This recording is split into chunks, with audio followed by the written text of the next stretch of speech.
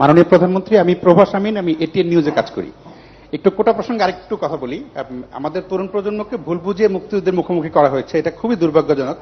আরেকটা খুবই ভুল ধারণা তৈরি করা হয়েছে যে কোটা এবং মেধা, মনে হতে পারে যে যারা কোটায় চাকরি করে তাদের কোনো মেধা নেই, কিন্তু আবেদন করার ক্ষেত্রে কোটা লাগে না, প্রিলিমিনারিতে কোটা লাগে না, লিখিততে কোটা লাগে না, একদম শেষ মুহূর্তে গিয়ে কোটা অ্যাপ্লাই হয়। তখন আসলে মেধায় সবাই সমান।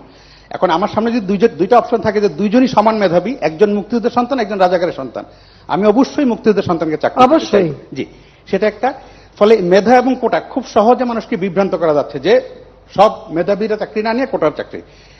আপনাকে খুবই ধন্যবাদ যে আপনারা গত 10-12 দিন ধরে আন্দোলন হচ্ছে, আপনারা অসীম ধৈর্যের সাথে আন্দোলন মোকাবেলা করছেন, এবং যারা আন্দোলন করছে আমি তারা সংক্ষুব্ধ, চাকরি না পেয়ে বঞ্চিত, তাদের ক্ষোভের সাথে আমার খুবই একমত।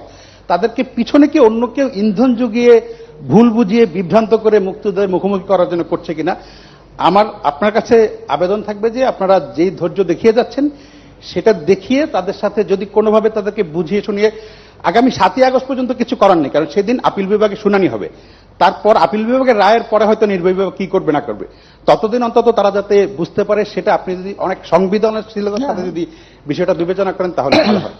অনেক ধন্যবাদ। জি, এটা ঠিকই যে আসলে মেধা কার কত সেটা পরীক্ষা প্রিলিমিনারিতে হয়, তারপর পরীক্ষা হয়, রেজাল্ট হয়, ভাইবা হয়, সেই সময় যেটা বাস্তব। তো যদি মুক্তিযোদ্ধার সন্তান হয় তো সেই পাবে, আর সবসময় যে সব কোটা পূর্ণ হয় তাও তো না, যেটা বাকি থাকে সেখানে তো ওই তালিকা থেকেই দেওয়া হয়।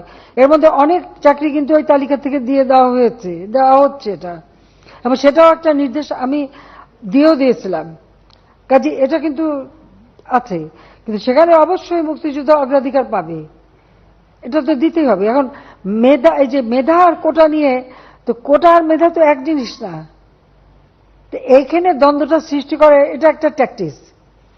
তার মানে কি মুক্তিযোদ্ধা সন্তান নাতিপুতিরা কেউ মেধাবী না, যত রাজাকারের বাচ্চারা নাতিপুতি হলো মেধাবী, তাই না? কিন্তু এটা ভুলে গেলে চলবে না যে যাদেরকে মেধাবী না বলছে তাদের হাতে কিন্তু ওরা পরাজিত। যুদ্ধে কিন্তু মুক্তিযোদ্ধারাই জয়ী হয়েছিল, রাজাকাররা জয়ী হয় নাই, তারা পাকিস্তানিদের পদলেহন করেও পরাজিত হয়েছিল। এই কথাটা তো মনে রাখা উচিত যে তারা তো